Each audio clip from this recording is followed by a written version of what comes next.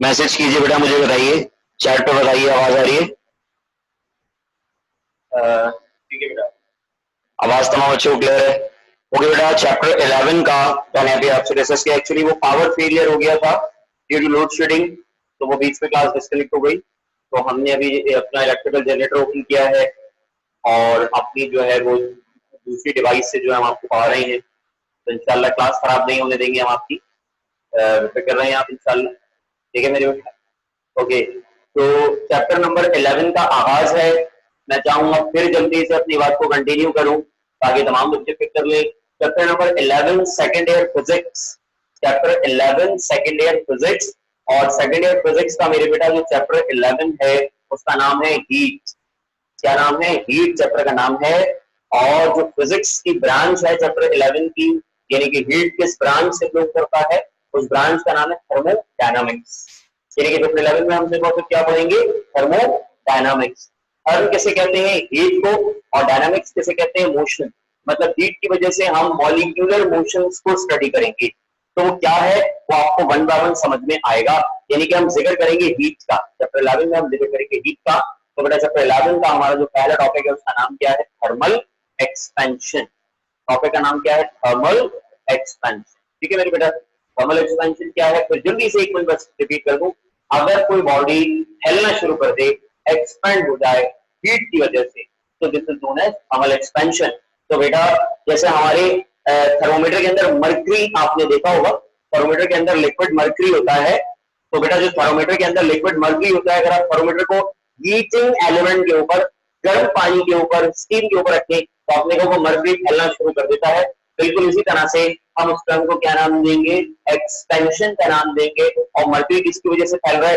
Heat की वजह से फैल रहा है। एक छोटी सी मिसाल इसलिए दे रहा हूं ताकि फौरन से दिमाग में पिक कर जाएगी बात। तो बेटा अगर कोई बॉडी हीट की वजह से फैलना शुरू कर देती है तो वो टर्म क्या कहलाती है? Thermal expansion. हमारी कोर्स में थर्मल एक्सपेंशन की कितनी टाइप्स है मेरे बेटा? थर्मल एक्सपेंशन की दो टाइप्स हैं। नंबर 1 कौन सी वाली expansion? Linear expansion. And number 2 कौन सी वाली एक्सपेंशन बेटा? Volumetric expansion. लीनियर एक्सपेंशन का मतलब क्या है? अगर बॉडी एक्सपेंड हो जाए, ठीक है, अगर बॉडी फैल जाए, if the body expand only in length, अगर कोई बॉडी बेटा फैल जाए सिर्फ लेंथ में, लेकिन उसके पीछे रीजन कौन बन रहा है? हीट। अगर रीजन कौन बन रहा है? हीट। तो इसकी एक्सपेंशन कौन सी एक्सपेंशन कराएगी? This is known as linear expansion. ठीक हो गया मेरे बेटा? अब बताएं दूसरी एक्सपेंशन का नाम क्या है? Volumetric expansion. मेरे बेटा वर्ड जब वॉल्यूम का आ जाए तो याद रखिएगा वहां पे तीन लेंथ की बात होती है। वॉल्यूम का मतलब क्या है? Three length. आपको मैथ्स के अकॉर्डिंगली अगर मैं समझाऊं तो बेटा वॉल्यूम का हम यूनिट क्या लिखते हैं? वॉल्यूम का हम यूनिट लिखते हैं मीटर क्यूब। क्यूब का मतलब क्या है? पावर 3। और एम के ऊपर क्यूब कैसे आया होगा? जब एम मीटर को मल्टीप्लाई बाय किया गया होगा, मीटर मल्टीप्लाई बाय मीटर। मतलब कितनी लेंथ को? 3 लेंथ को आपने मल्टीप्लाई किया। तो बताएं बेसिस सेम है, मल्टीप्लाई हो रही है, बेसिस सेम है, मल्टीप्लाई हो रही है, बेस को कॉमन ले लो और बताएं पावर को ऐड कर लो 1 2 3, तो पावर क्या हो गई? 3। तो मेरे बेटा वॉल्यूमेट्रिक एक्सपेंशन का मतलब क्या है?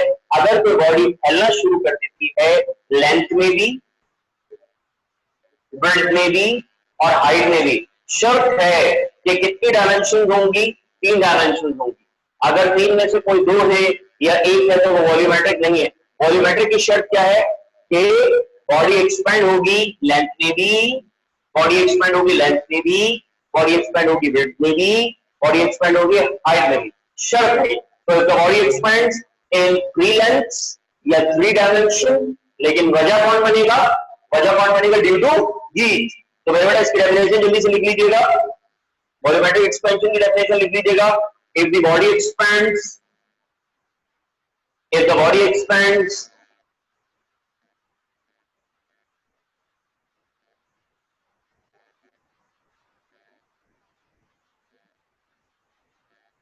if the body expands, if the body expands in कितनी डायमेंशन? 3 डायमेंशन। बेटा 3 डायमेंशन के मायने है 3 लेंथ, 3 डायमेंशन। अगर बॉडी फैलती है इन 3 डायमेंशन, रीजन कौन बनेगा बेटा? Due to heat. रीजन कौन बनेगा? Due to heat. तो क्या कहलाएगी वो चीज? So this is known as, yes,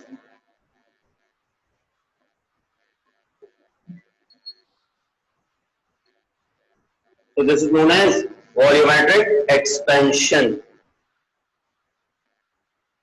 ठीक है मेरे बेटा, क्या यहाँ तक तमाम बच्चों को बात समझ में आ गई है?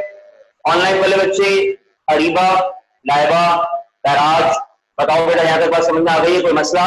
जल्दी से इसका स्क्रीनशॉट लो और मुझे टेक्स्ट करो, मुझे जूम ग्रुप चैट पर बताओ कि ठीक है सर हमें बात समझ में आ गई है, या जो भी बात है मुझसे जल्दी से बताओ। मैं इसको रब करने जा रहा हूँ, इसका स्क्रीनशॉट ले लो जल्दी से। लाइबा रफीक बेटा, बैराज और अरीबा भट्टी, हमारे तमाम तीनों ऑनलाइन वाले बच्चों को ये बात समझ में आ गई है? ठीक है बेटा, रब कर दूं मैं, रब कर दूं। अब हम डेरिवेशन की तरफ बढ़ रहे हैं आगे बेटा, हम डेरिवेशन की तरफ आगे बढ़ रहे हैं। थर्मल एक्सपेंशन में हम डेरिवेशन ड्राइव करेंगे, लीनियर एक्सपेंशन की भी और वॉल्यूमेट्रिक एक्सपेंशन की भी। ठीक है मेरे बेटा, तो आइए मैं पूरा सवाल लिख रहा हूं, ये सवाल बनता कैसे है, थर्मल एक्सपेंशन में डेरिवेशन क्या आती है, वेरी इंटरेस्टिंग। मैं आपके सामने पूरा सवाल लिख रहा हूं मेरे बेटा। ठीक है बेटा, सवाल ये है, सवाल किस तरह से बनेगा पेपर में? सबसे पहले कहेगा डिफाइन, डिफाइन करो, जो कि अभी कर दिया, अब मैं बार बार नहीं करूंगा, ठीक है ना। डिफाइन लीनियर एक्सपेंशन, सबसे पहले क्या डिफाइन करेंगे मेरे बेटा? डिफाइन लीनियर एक्सपेंशन, एक चीज ये हो गई डिफाइन लीनियर एक्सपेंशन। फिर drive the formula, drive the formula or the change in length, drive the formula or the change in length,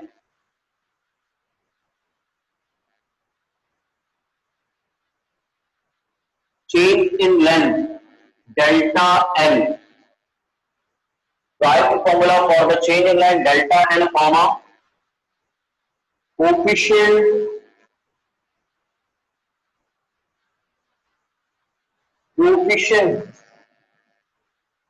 of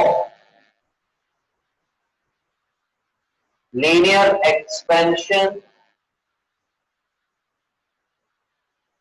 ये क्या है अभी आपको समझ में आ जाएगा। कोएफिशिएंट ऑफ लीनियर एक्सपेंशन, इसका सिंबल होता है ये alpha, and the final length, and the final length. तो बेटा ये पूरा एक डेरिवेशन का पूरा एक सवाल है जो पेपर में पूछा जाता है। मैंने बोर्ड पे आपके सामने लिखा, डिफाइन करना है लीनियर एक्सपेंशन, जो भी हमने कर लिया। Drive the formula for the change in length delta L, coefficient of linear expansion alpha, and the final length. ठीक है मेरे बेटा, ये क्या है आइए देखते हैं। तो सबसे पहले मैं कंसीडर कर लेता हूं, क्योंकि बेटा मैं क्या पढ़ रहा हूँ, लीनियर एक्सपेंशन पढ़ रहा हूँ। तो बेटा सबसे पहले मैं इमेजिन कर लेता हूँ, कंसीडर कर लेता हूँ एक मेटालिक रॉड जिसकी लंबाई L है, इनिशियल लेंथ, मेटालिक रॉड की इनिशियल लेंथ क्या है L, और उसका इनिशियल टेम्परेचर क्या है T। मतलब बिफोर हीटिंग, हीट प्रोवाइड करने से पहले, हीट प्रोवाइड करने से पहले बताइएगा मेटालिक रॉड की लेंथ क्या है L, इनिशियल लेंथ क्या है L, और टेम्परेचर क्या है बेटा T before heating. After heating क्या होगा और सुनिएगा बेटा, लेंथ बढ़ के, लेंथ एक्सपेंड होके L से क्या हो जाएगी L dash, and what is L dash?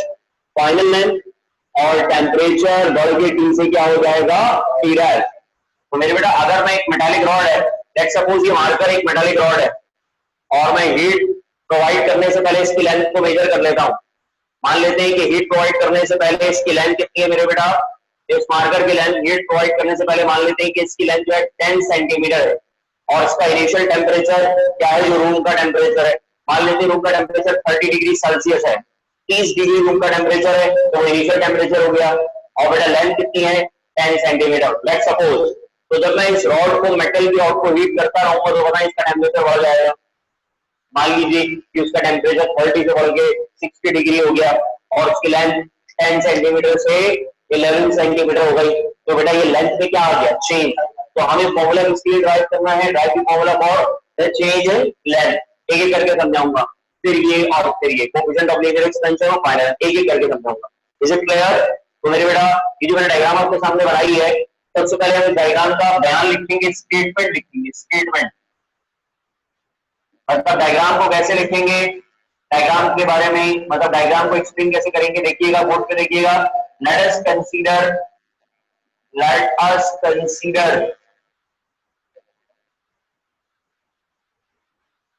let us consider a metallic, let us consider a metallic rod of initial length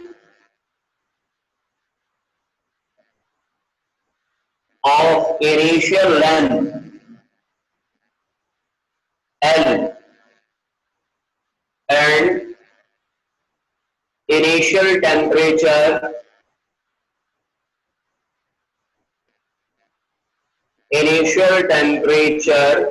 T before heating. After heating,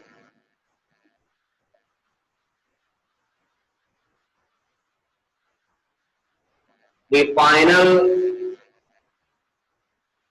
length becomes L dash and temperature becomes T dash। ठीक है मेरे बेटा, तो ये सब कुछ जो मैंने स्टेटमेंट के तौर पर लिखा है, किसको देख के लिखा है बताइए, डायग्राम को देख के लिखा है। ठीक है बेटा, क्या डायग्राम में क्या कहा था कि हमने कंसीडर कर लिया एक मेटालिक रॉड जिसकी लेंथ क्या है, इनिशियल लेंथ क्या है L और इनिशियल टेम्परेचर क्या है T before heating. After heating क्या होगा, फाइनल लेंथ बढ़ के क्या हो जाएगी L से L डैश और टेम्परेचर बढ़ के बेटा T से क्या हो जाएगा T dash. Is it clear? यहाँ तमाम बच्चों क्लियर हो गया। अब बेटा हमें क्या करना है, फिर दोबारा बात कर रहा हूं, ड्राइव दी फॉर्मूला, फॉर्मूला बनाना है किसके लिए, for the change in length. कैसे बनाऊं, क्या करो, ऑन बोर्ड तमाम बच्चे तवज्जो रखिए, देखिएगा यहां देखिएगा, मैथमेटिकल एक्सप्लेनेशन।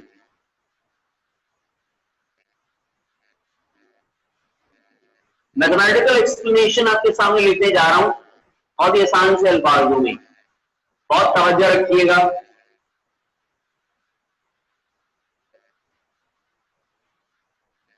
जी मैं लिखने जा रहा हूं कि चेंज इन लेंथ, लेंथ में जो तब्दीली आई, लेंथ इंक्रीज हो रही, लेंथ L से क्या हो रही है बेटा L डैश हो रही है, लेंथ जो इंक्रीज हो रही है तो किसकी वजह से इंक्रीज हो रही है, बहुत तवज्जो सुनिएगा, ये किसी से सिंबल है, साइन ऑफ प्रोपोर्शनलिटी। इस सिंबल का मतलब क्या है, ये सिंबल एक्सप्लेन कर रहा है कि ये change of length directly proportional है L के इनिशियल लेंथ के, ओरिजिनल लेंथ की। L का मतलब क्या है, what is L, original, original length. मेरे बेटा ओरिजिनल लेंथ, अगर मेरे पास ओरिजिनल लेंथ ही नहीं होगी तो चेंज ऑफ लेंथ हो ही नहीं सकता।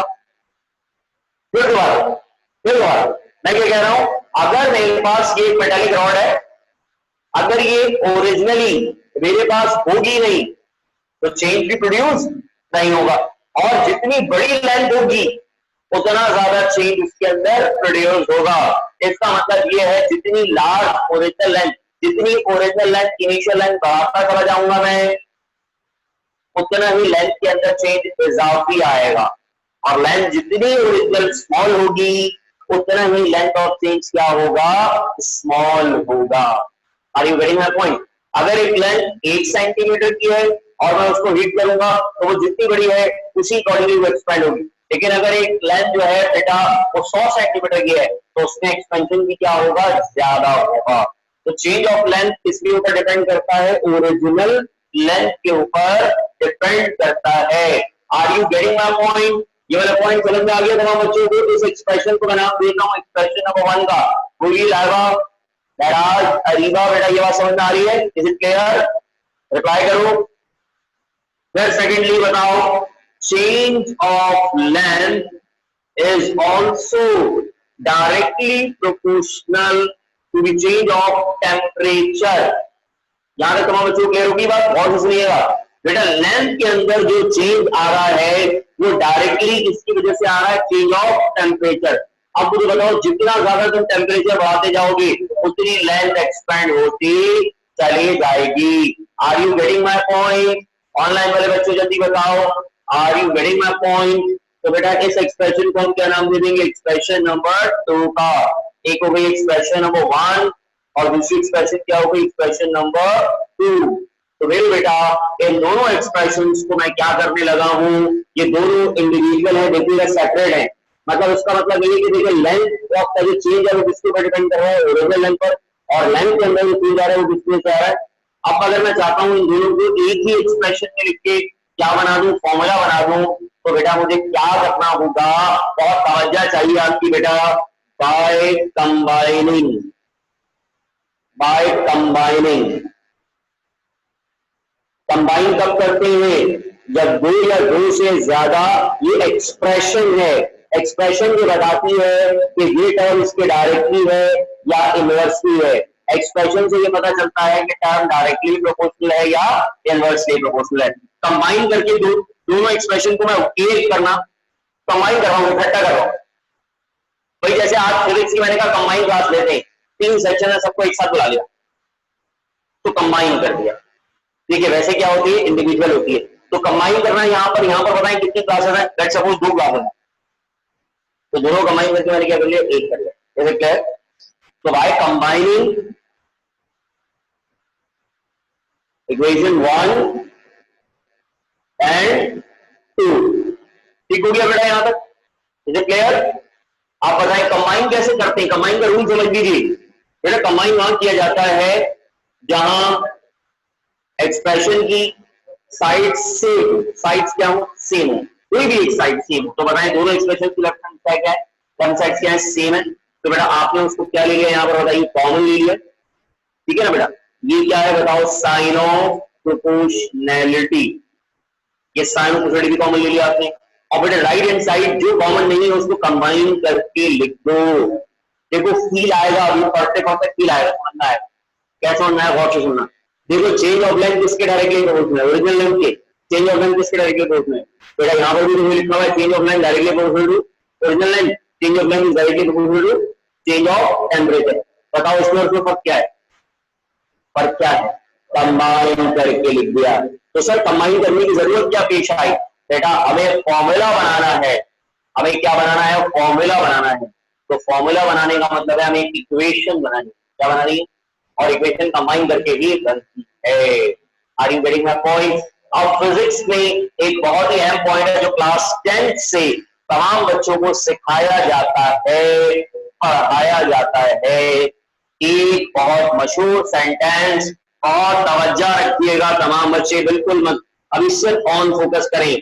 जब भी साइन ऑफ प्रोपोर्शनैलिटी को हटाया जाता है, मैट्रिक्स से पढ़ रहे हैं, जब भी साइन ऑफ प्रोपोर्शनैलिटी को हटाया जाता है तो उसकी जगह इक्विवेलेंट और कांस्टेंट रखा जाता है। बहुत मजा आने वाला है आपको, राजों के लिए पर्दा उठने वाला है।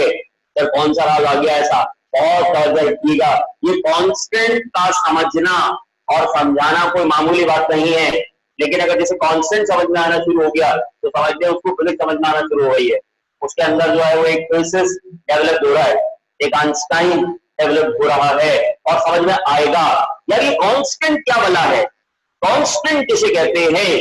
डायग्राम में दोबारा आइए, मैं कांस्टेंट पर जब भी पढ़ाऊंगा तो बहुत टाइम लगाऊंगा, लेकिन मैं दावा नहीं करूंगा, कोशिश करूंगा, क्योंकि इंसान है, कोशिश कर सकते हैं।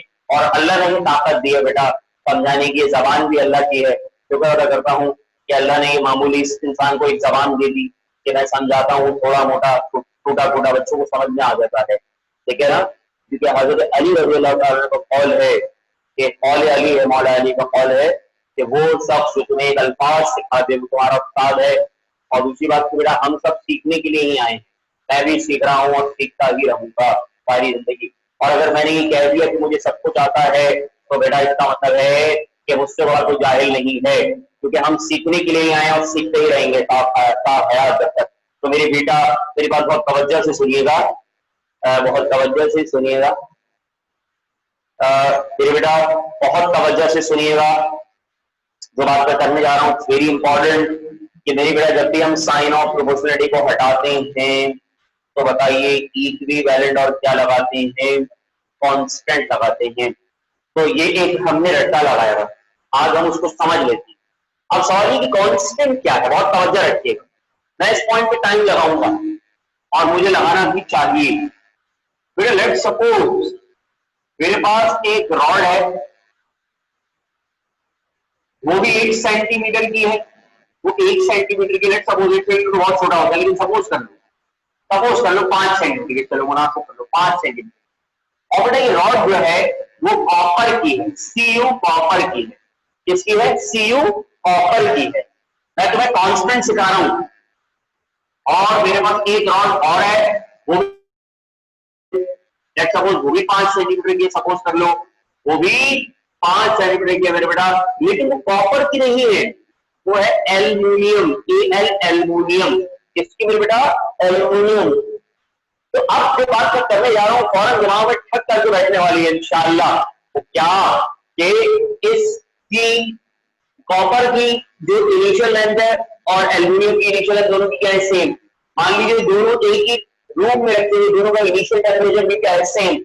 मान लीजिए दोनों को मैं सेम टेम्परेचर की हीट कर रहा हूं, मान लीजिए इसका भी 30 डिग्री है, इसका भी 30 डिग्री, हीट करके ये भी 60 डिग्री हो जाता है, ये भी 60 डिग्री हो जाता है। लेकिन देखा ये क्या कि एल्यूमिनियम ज्यादा फैला बनस्बत कॉपर के। तो बताइए दोनों में फर्क था, फर्क किस चीज का था, मटेरियल का, किस चीज का मेरे बेटा, मटेरियल का फर्क था।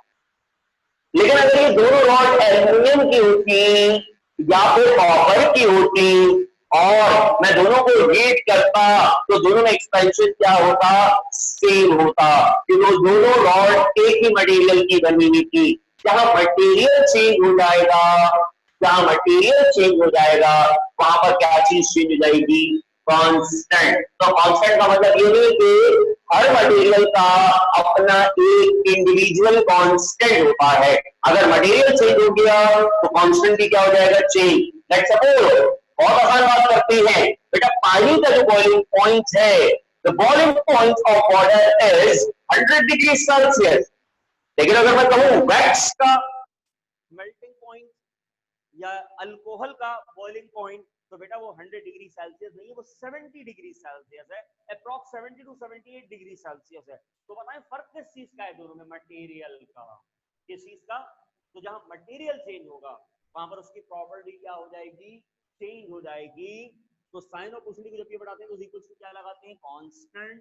और मेरे बेटा यहाँ जो मैं कांस्टेंट यूज करने जा रहा हूँ बहुत तवज्जो से सुनिएगा, डेल्टा एल इक्विवेलेंट टू, बेटा यहाँ जो कांस्टेंट का सिंबल है वो अल्फा की तरह ही है, यानी कि साइन ऑफ प्रोपोर्शनलिटी की तरह ही है।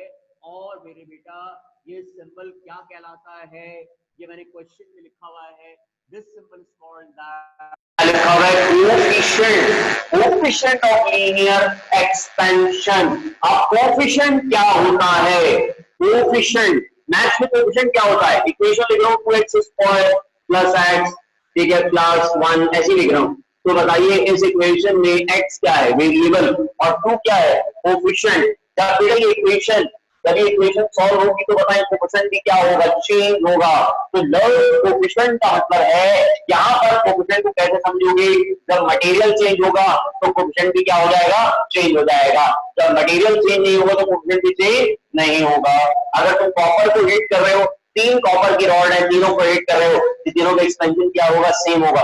लेकिन तीन डिफरेंट मटेरियल्स की रॉड है, उनको हीट कर रहे हो, तो तीनों का एक्सपेंशन क्या होगा, डिफरेंट होगा। तो वेयर अल्फा, इसको शॉर्ट फॉर्म में अल्फा कह दो, वेयर अल्फा इज कॉल्ड, इसको क्या कहते हैं, इज कॉल्ड, क्या कहते हैं मेरे बेटा, द कोफिशिएंट। और कोफिशिएंट का वर्ड अगर आ गया तो उसका मतलब है मटेरियल के साथ साथ ये चीज क्या होगी, चेंज हो जाएगी। बिल्कुल, where alpha is called the coefficient of, कौन सा वाला expansion, linear expansion, linear expansion. मैं पूछना चाहूंगा अपने बच्चों से, अपने तमाम स्टूडेंट से पूछना चाहूंगा कि यहाँ तक हमारे तमाम बच्चों को बात क्लियर हो गई? Are you getting my point, all of you my students? यहाँ तक बात समझ में आ गई है? बेटा मैसेज करके बताओ मुझे जल्दी, शाबाश, मैसेज करो। लाइबर हफीज बेटा, अरीबा भट्टी, नाराज शेख, क्या आप तमाम स्टूडेंट्स को ये बात समझ में आ गई है? ऑल ऑफ यू स्टूडेंट्स बेटा, इज इट क्लियर? ओके मेरे बेटा, तो पहले लिखा बेटा कि जो कोफिशिएंट है वो डिपेंड किसके ऊपर कर रहा है बेटा, मटेरियल के ऊपर। जब मटेरियल चेंज हो जाएगा तो हम कहेंगे कोफिशिएंट भी क्या हो गया, चेंज। तो मेरे बेटा मैं आपको एक किताब का पेज नंबर बता रहा हूँ, हमारी किताब का पेज नंबर 5 है, हमारी सेकेंड ईयर फिजिक्स की बुक का पेज नंबर 5 है।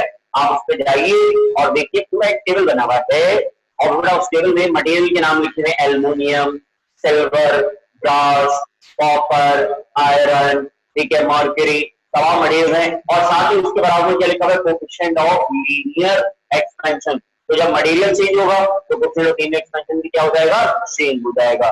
तो are you getting my point? where alpha is called the coefficient of linear expansion। आखिरी बात लिख रहा हूं यहाँ पर, इसकी लास्ट बात लिख रहा हूं, its value it depends, इसकी वैल्यू डिपेंड करेगी बेटा on the nature, on the nature of material। जब मटेरियल चेंज हो जाएगा तो हम कह देंगे तो कोफिशिएंट क्या हो गया, चेंज हो गया। और अगर मटेरियल चेंज नहीं होगा तो हम क्या कहेंगे, कोफिशिएंट कांस्टेंट है। तो अभी ये बात आधी है, आधी बात जो है मैं कल की क्लास में आपसे डिस्कस करके, अभी एक दो क्लासेस थोड़ा सा स्लो स्लो आता रहूंगा कि तमाम बच्चों का मेरे साथ फ्रीक्वेंसी लेवल मैच हो जाए, फिर आप स्पीड भी देख लेंगे और ये भी देख लेगा इंशाल्लाह, जब आपको बहुत प्रॉपर समझ में आता रहेगा, कोई मसले की बात नहीं है। तो तमाम बच्चे इसका स्क्रीनशॉट ले लें, और ये आज की क्लास मैं यहीं पर वाइंड अप कर रहा हूं। इंशाल्लाह कल सेम टाइम पे 3 बजे आप तमाम स्टूडेंट से मुलाकात करेंगे। तमाम बच्चों को अल्लाह हाफिज। स्क्रीनशॉट ले लीजिए, खत्म, एंड कर दीजिए।